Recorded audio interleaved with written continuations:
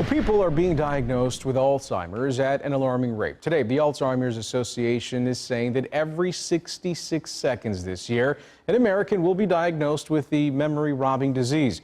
By the year 2050, that number is expected to double. And what's more, the report says the disease could drain the healthcare bank.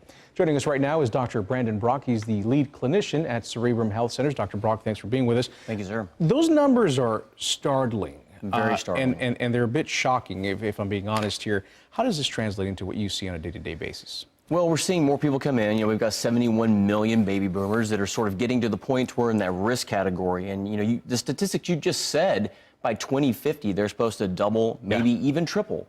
So we're talking about a $250 billion marker, maybe going up to $1 trillion, which is more than really almost all other diseases combined together.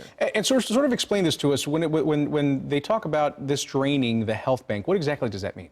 Well, the government's only going to allocate so much money for research for each condition because, there's only so many pieces of the pie that you can distribute. So when you start looking at that amount of money and how much money there is to really go around to research things like kidney disease, heart disease, brain disease, the amount of money that we need to really research the brain and to further understand it is really not enough. Yeah. So it's getting very worrisome that there won't be the kind of money there to fund the research that we need. And that seems to be a bit of a criticism that exists within your community for some time now, that there has never been enough money to sort of research the brain and some of these health issues. Yeah, the 90s was the decade of the brain, and it didn't really happen that way because it's so complicated that people didn't really know what they were up against. And now we're getting to a point to where there's more and more and more money needed because we have an escalating condition that is not under control right now. So more money needed, a greater epidemic that's developing.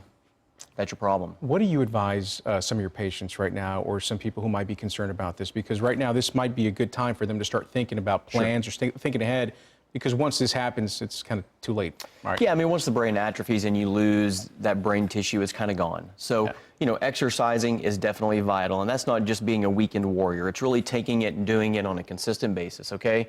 Trying to have a decent diet, and then really one of the big things that they're showing is try to keep the stress in your life as low as possible because the part of your brain that deteriorates the most in Alzheimer's disease is really responsive to extended and prolonged amounts of stress. Yeah, and it's just so devastating to see families go through this. It really is devastating. You see it all the time. Yep, 18 billion unpaid hours of family time given to help those who are afflicted. Oh, all right, Dr. Brock, well, thank you very much for your insight. We appreciate you coming down to talk to us about it.